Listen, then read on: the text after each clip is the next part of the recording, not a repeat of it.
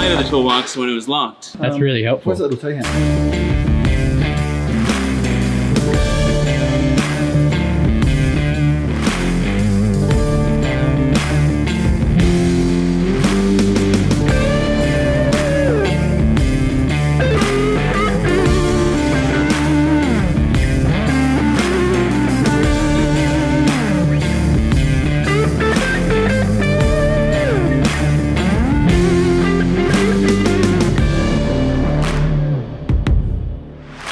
Hey everyone, it's with Ken here. So Ken's going to disassemble this fork, or he has disassembled it, but he's going to run you through kind of the disassembly procedure and what the different parts do. And yeah, and this is a closed cartridge system, yes? Yeah, it's a closed cartridge system. So we got a rebound adjust at the bottom, we got a compression adjuster at the top. So the cartridge system is pretty much, if you think about a shock absorber, it's just that you line everything up instead.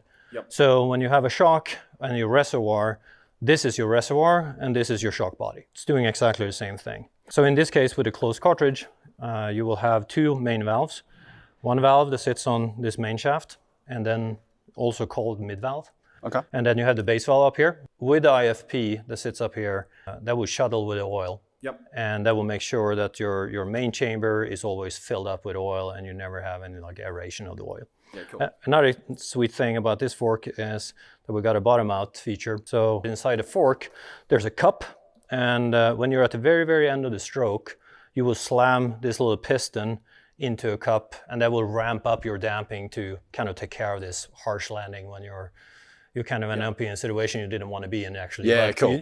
The fork will save you, and you won't smash into a bottom out. So this is your kind of the one of the two brains in the fork where the good stuff happens. Top cap, this is just for sealing off and giving you the adjuster clicks.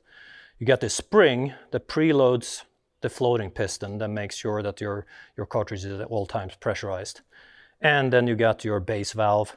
So as it's a base valve, it will only have a compression valving, and then on the other side, it's just a check valve. Okay. And this guy just makes sure that when you're pushing in the shaft into the fork, it open up the main valving, and when you're pulling out the shaft, it's easily just reflowing because this one doesn't create any damping. Now you have your mid valve or your main piston, and the thread is pretty long. 5 minutes later. 5 minutes later, I'm gonna try to pull this out. Before we lose it, I'm just gonna take off the piston band because it just sits on there. So it's just a soft Teflon band. Yep.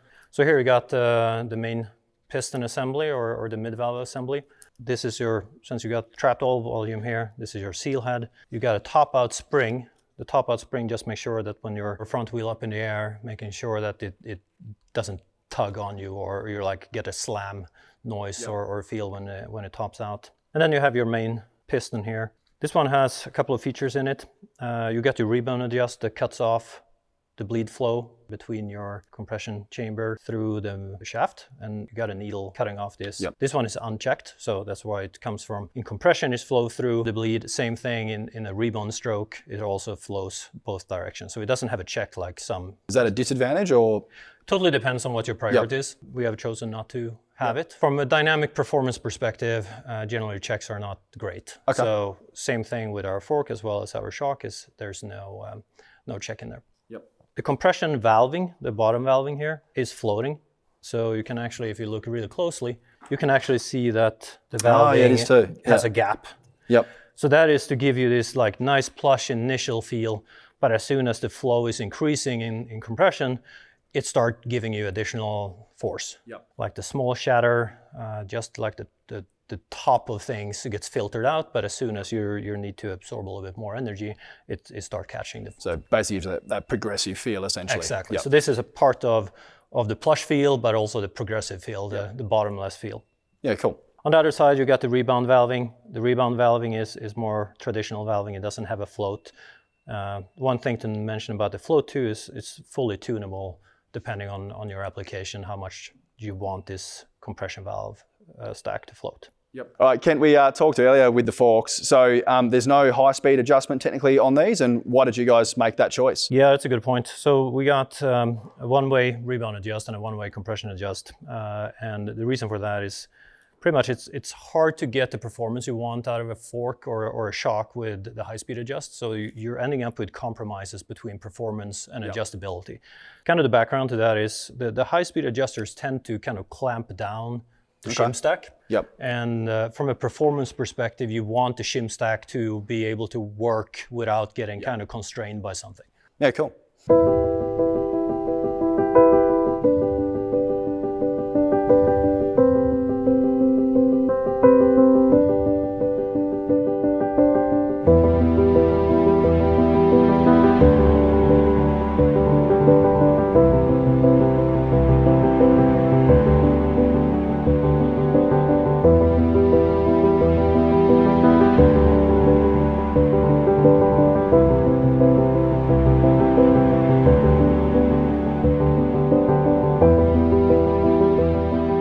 This is the original valve code that was basically like a yes in Taiwan. Yeah. And then we're going to put in there is the valve code we developed in those 2 weeks in North Carolina. Okay, awesome.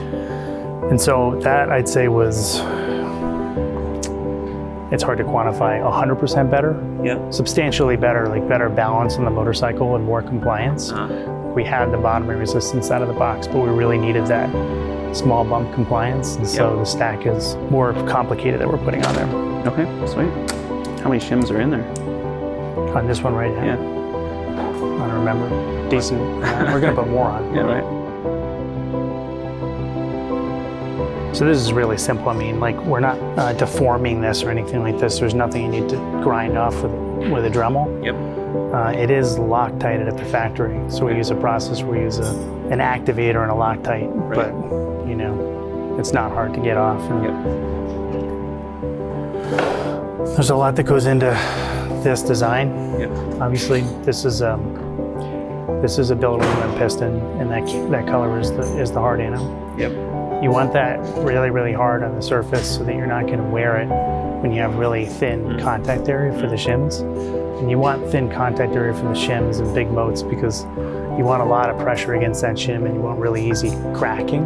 Yep. Getting it to crack really easily is important. Yep. So lots of pressure area, really low contact area is what you want.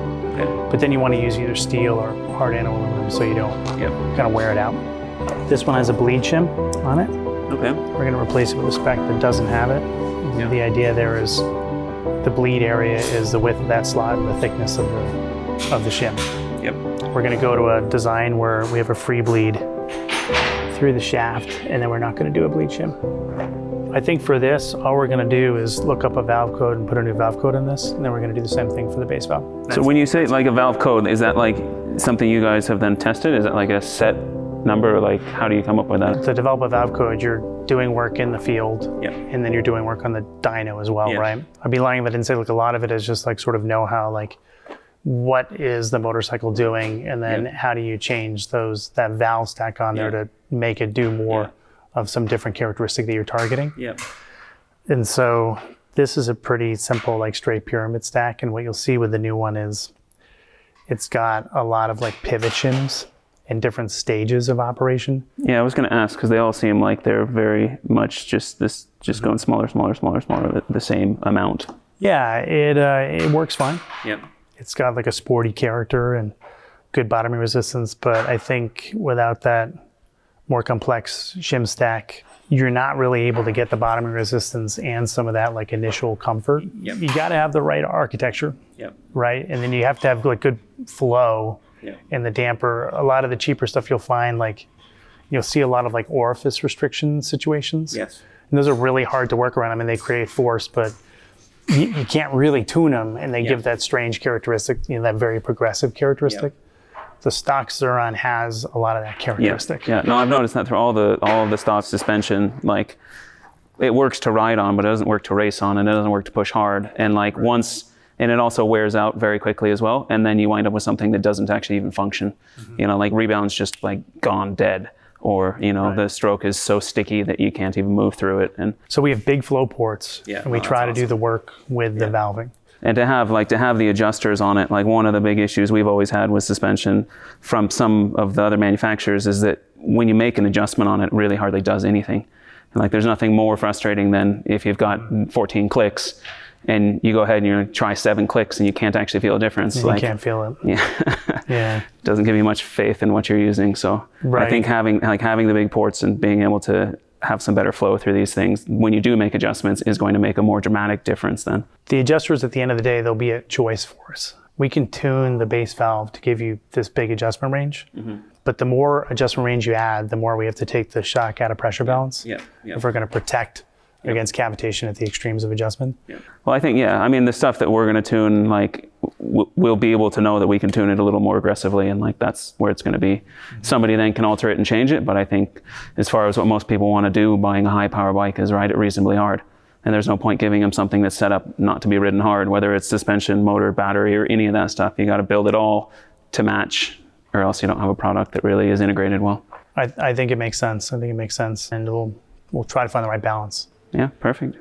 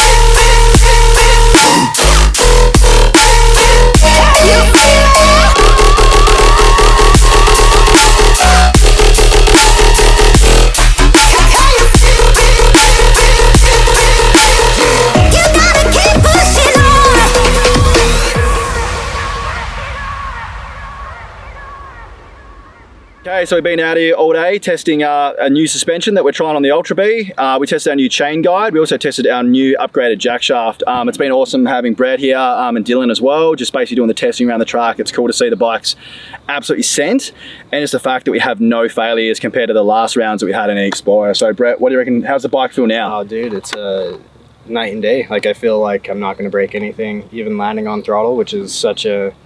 You land on the throttle with a bike with this much power, it blows everything apart. So, I mean, the Cush hub, to feel that little bit of give that you guys have is awesome.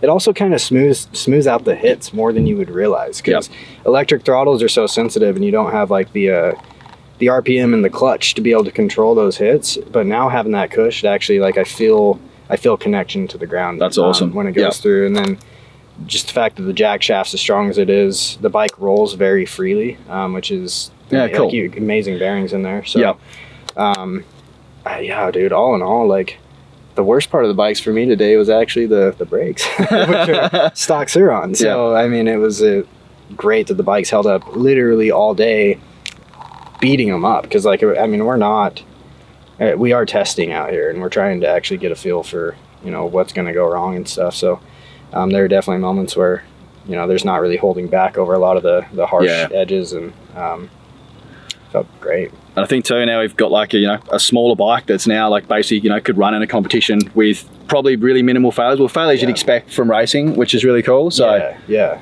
it's just cool to see like everything we built and it works, and yeah, awesome. Huge. But yeah, I feel like I could just go on a trail ride and have fun with it because it's nice and flush. But then at the same time, when you go down the hill and you want to put a bit of pace in it, like it still holds up pretty good. So I think it's definitely a good upgrade, and it's a well balanced bike.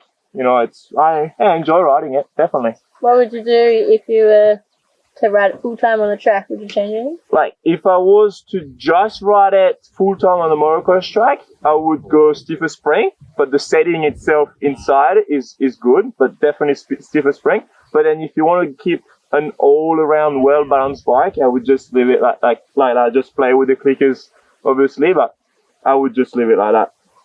For an all-around bike, like they can go in the trails, on the trail, in the bush, on little enduro test, on motocross track. I would keep it like that.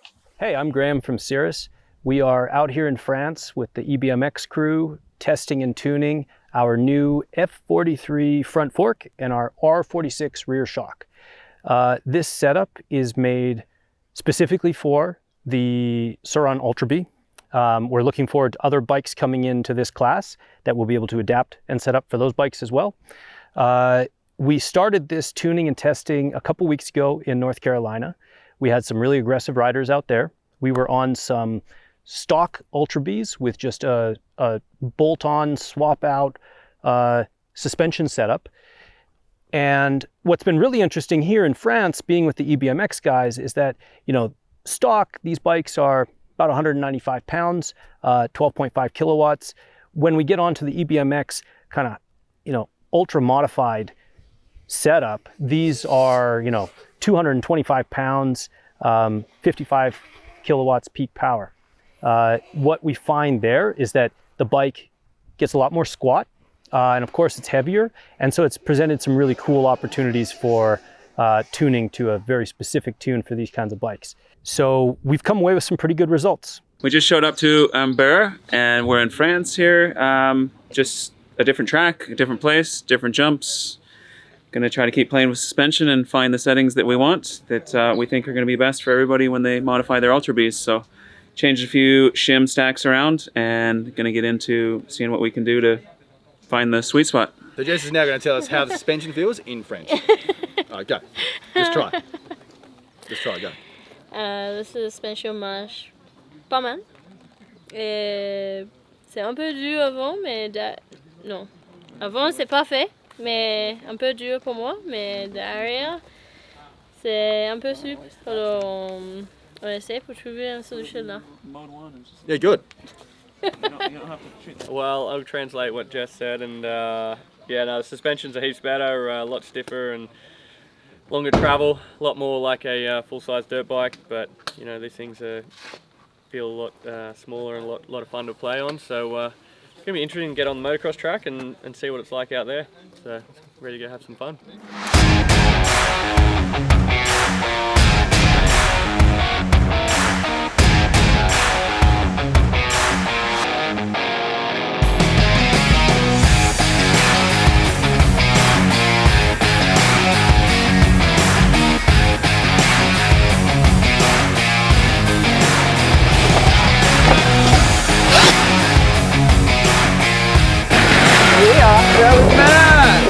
Sick, man, those are serious forks.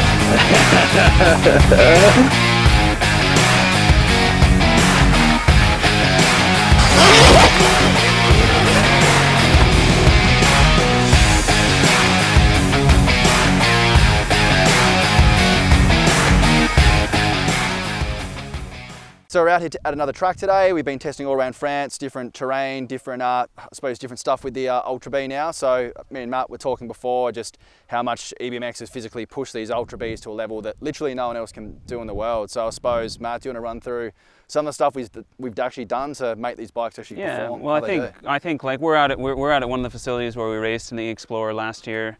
And we started with the light Bs last year. We pretty much started with bikes we thought were going to be capable. By the end of the season, realized that just we could do everything to a light B and just wasn't possible. So started this year with all the testing and development on the Ultra Bees, and now we're pretty much at the, I think, the far spectrum of where we can go there, but I think we're pretty happy. We've got super reliable machines, jumping big jumps, hitting hard enduro stuff. We're just really doing the suspension testing right now, which is the last piece with a new jack shaft, and a lot of the parts are ripped out of the bike. We've got chain guides, we've got cush hubs, we've got everything you could think of on these bikes, but the whole idea was, you know, at EBMX, we really want to push technology as far as we can go and show people how to build these things in a safe way. We've gotten to a point now where we've got a whole bunch of pro riders out here on the tracks, and whether we're in the woods or we're on a track, it's not a full-size bike. You can't say it's a full-size bike, but it's you know, it's that middle ground, and now it's high performance middle ground that you're not worried about breaking things. Yep. You know, it's really good quality and really good performance. I think it's a whole different class. It's, you know, a little bit more accessible, heaps of fun. Yeah, just easy to get on. So yeah. Yeah, guys. So this new suspension setup we've got with Sirris is absolutely incredible. Like, you can see that we're struggling the previous rounds racing the FIM Explorer. We've been really pushing these bikes to the limit. The power there is incredible. The EBMX setup is just out of this world. We're keeping up that way, but we just couldn't keep up with suspension. Now we've got the best of both worlds. Turn these bikes from a fun little toy that is you know, hitting some decent jumps with the stock suspension. Now we're really able to send it with the big long travel 260mm front end and the better shock in the rear. It's absorbing those big hits, and yeah, it's made this bike much more rideable and a whole lot of fun. Hi, I'm Jess Gardner. At first we juggled between a few different variations. Obviously I'm on the lighter side compared to the guys, so I'm only 60 kilos, and some of the guys we're here testing with us are up to 85 kilos, so more like your average guy, where I'd be more of a weight of your average kid, a teenager, and some of the girls that might ride as well. So for me, some of the spring rates are a little bit heavier, but that's something that can be easily changed. And I'm really happy to where we've got to on the valving. It's super important for me as well, because I am so small on the bike that I really want a bike that I can turn really easily and nicely. And we've come to, yeah, a really good valving that they've managed to pull together, both in the front forks and the rear shock. And together, I'm able to turn the bike where I want. I'm comfortable jumping. The traction in the bush is unreal. So for me, I would just probably go a lighter spring rate. I'd probably maybe between the 4.6 and 4.8 on the front springs. Overall, awesome week. I'm so happy to be able to had the opportunity to ride it, and not only now for the future for our races. I'm really looking forward to lining up against the Starks like we have been and be able to push these bikes to more limits, because we're obviously already pushing them quite hard and fast, but now to be able to do it with really good suspension in our bike, I'm really looking forward to it. Yo, stay focused, man's on a mission. Wavy like the ocean, ain't got time for inhibition. Eyes on a prize, lock it in your vision. Straight up, man, that's gotta make a decision. Stay focused, man, I gotta go. Can't be going backwards, I can't be going slow. Gotta take the lead and I gotta steal the show. It's a straight up madness, you know how we roll.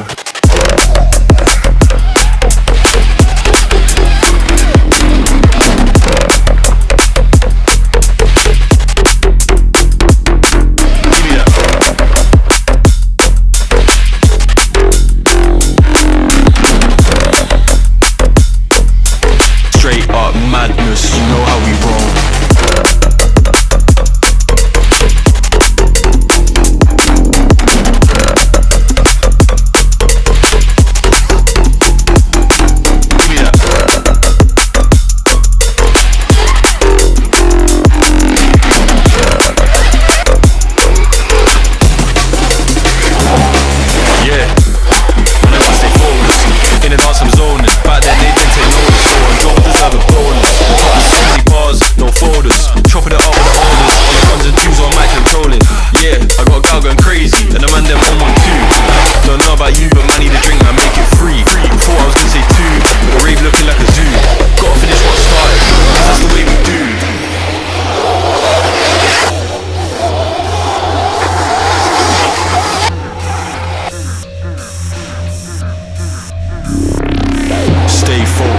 Man, I gotta go.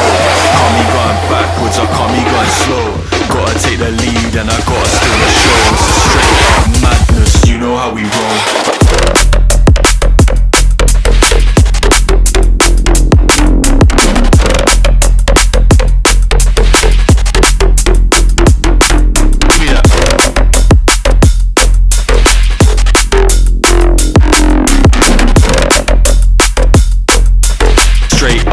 madness, you know how we roll.